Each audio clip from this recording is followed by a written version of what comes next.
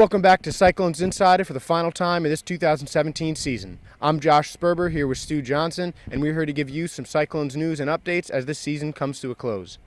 Though we've seen the Cyclones at the bottom of the McNamara division, they've struggled for a lot of the time this season, but recently they have picked their game up and gotten some wins on the board.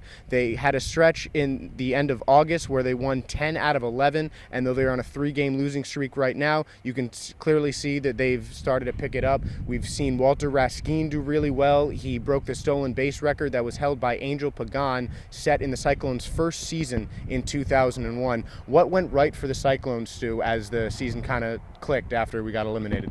Now, they started pitching a lot better, and they haven't allowed more than 4 runs in a game going back to August 25th, so that's a big part of it. Starters have been good, bullpen's been good. They've gotten a few new arms. Brian Campusano came up from Kingsport, and he's made 2 starts now, and he's looked very good in those. And the bullpen has really kicked it into gear. You know, we had Jake Simon leave after just 1 inning in a start a couple of days ago, and everybody else in the pen ate up the next 8 innings, led by Joe Napolitano. So it's been a good run for a team that's had pretty inconsistent pitching this year. And then they've started to hit in some big spots, and Wagner LaGrange arrived from Kingsport a couple of weeks ago, and he actually corresponds with the start of that stretch of 10 wins in 11 games. He got here on August 25th, played his first game on August 26th. He's batting in the middle of the order. Walter Raskin's been a good table setter. Jose Medina's an all-star, reliable player. He's usually batting 4th now. So you've got an order with the first 3 of the first 4 guys are really producing, and you can steal some runs that way at the top of your lineup. They haven't been scoring a ton, but they've been scoring enough with the pitching, which has really kicked it into gear. Yeah, they had some bullpen struggles early in the year, and they've really seemed to right the ship over there. They've also seemed to, get their stuff together in the lineup. Well, like you said, Wagner LaGrange has replaced the void left by guys like Quinn Brody, who was recently called up to Columbia. He had 30 RBIs for the Cyclones. He hasn't done as well for the Fireflies. Can you tell me a little about what he brought to the team this season and how they've replaced him? Yeah, Brody's a guy who found his stride a little bit as the year went on. He was a 3rd-round pick out of Stanford, so the Mets clearly have very high expectations for him. It's his first professional season, and so you'll see guys a lot of the time have a little bit of trouble with the transition after playing 50 or 60 college games with metal bats. They come right here after maybe just a layoff of a week or so after the draft, and they start playing again in new surroundings, new teammates, wood bats. And so I think it took Brody a little bit of time, but towards the end of August, right before his promotion, he really started swinging the bat well. He had a couple of home runs in the last month he was here. And they played him in center field a lot more in the last month, and he held his own there. He's a pretty good athlete. So having Brody produce better is an encouraging sign for the Mets, and then he'll go down to the instructional league in the next couple of weeks. He'll work on some things with all of the Mets coaches, and the hope is next year, whether he's in Columbia or St. Lucie during that 2018 season, he'll be ready to go, and he'll be moving up towards the big leagues, which is I know where the Mets hope he'll be. Well, we certainly wish him the best of luck going forward and can definitely see some success in his future. Another former Cyclone who has been called up was Travis Tyrone, except this time to the big show. The Cyclone in 2011 was called up to the Mets on August 26th, and though he has not found a lot of success with a major league club just yet, he showed some promise in Brooklyn back in 2011 that makes me think that he's going to be a strong addition to the New York Mets going forward. In Brooklyn, he hit .299 with 9 home runs and 44 RBIs and was named a New York Penn League All-Star in the midseason. We definitely wish him the best of luck and hope that he can continue his success that he had for Brooklyn and in the minor leagues with the New York Mets. Speaking of the Mets, we had Noah Syndergaard come to Brooklyn to close out the season on September 7th against the Staten Island Yankees. He started the game, and let's see what Thor said about his experience here in Brooklyn. What do you think of the atmosphere in Brooklyn? Obviously very... A little different, yeah. But fun time. Are you hoping for one more just to get the shot maybe? I feel like I'm ready to go. It is a little weird, but both my command in the Gulf Coast League was a lot better than it was today.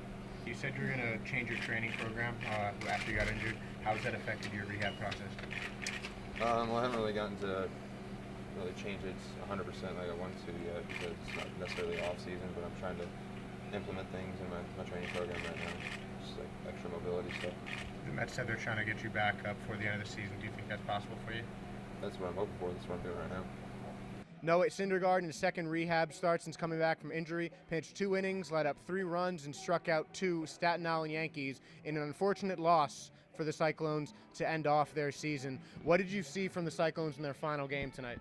Well, I mean, Syndergaard came out throwing pretty hard. He was 97 and 99 in his first inning of work. He hit 100 miles an hour. So from that standpoint, you feel pretty good about how hard he was throwing. Worked in a lot of sliders, which is obviously an important pitch for him.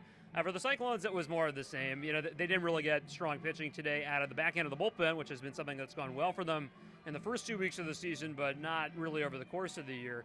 And they had to use a lot of pitchers tonight. They went through 7 different arms to get the 27 outs they needed to finish off the game. They got 10 hits. They just didn't have as many big-time extra base hits as the Yankees did. They got a couple of home runs. They got a bunch of doubles and 1 triple. The Cyclones got a triple from Wagner LaGrange, who continues to swing the bat well. He got a couple of hits tonight, but, you know, on the whole, just another ball game in which Staten Island, the best team in the league, outplayed the Cyclones and finished with the worst record in the New York Penn League. And Staten Island is definitely looking forward to this game, building some momentum for the playoff push. Saw 2 home runs from Ryan Higashoka, rehabbing from Scranton. But like you said, it's been more the same for the Cyclones this season. It's been kind of up and down, haven't been able to move the runners, have had some pitching issues. What are your thoughts on this season as it comes to an end?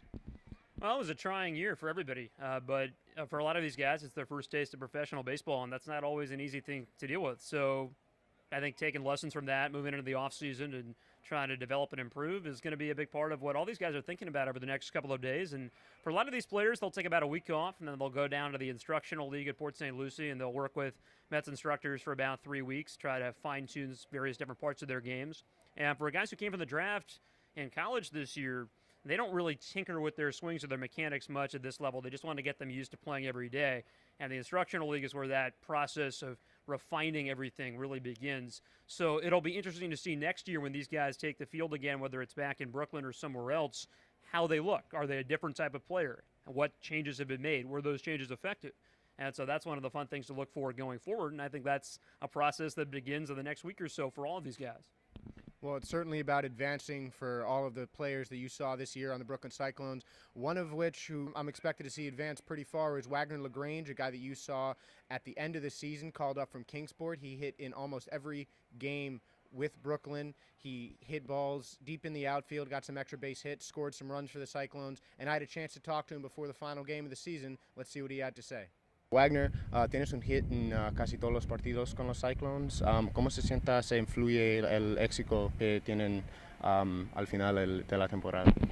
Bueno, primeramente, tú sabes, dándole las gracias a Dios por todo. Y sí, casi en todos los partidos tengo un hit. Pero no me enfoco en que llevo esa racha casi en diciembre.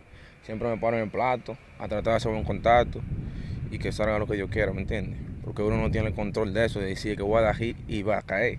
¿Entiendes? Pero yo trato de hacer un contacto y gracias a Dios me sale. Sí. Bien, ¿estar al bate es su foco más importante de su partido? ¿Qué lo enfoques en cuando estás jugando? Bueno, siempre me enfoco, hay que estar siempre concentrado, ¿me entiendes? Tratar de olvidarse de los fanáticos y concentrarte siempre en la guerra entre el pitch y tú y yo, ¿me entiendes? Entre nosotros dos, olvidarte de todo y concentrarse siempre, ¿entiendes? Y estar siempre ready, 100% y confiar en uno siempre, eso es lo importante.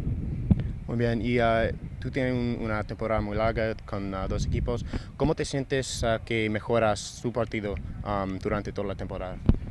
Me siento, le doy gracias a Dios, porque empecé en Kimpo y gracias a Dios estoy aquí. Me fue allá súper bien, ahora estamos aquí, me siento bien, he cogido mi experiencia. Aquí es un nivel más alto, los pitchers son un poco más veteranos, en 3-1, están rompientes, en 3-2, te prefieren tener un pitcher bola, que tenga la base en bola y no que tú le des un palo, ¿me entiendes?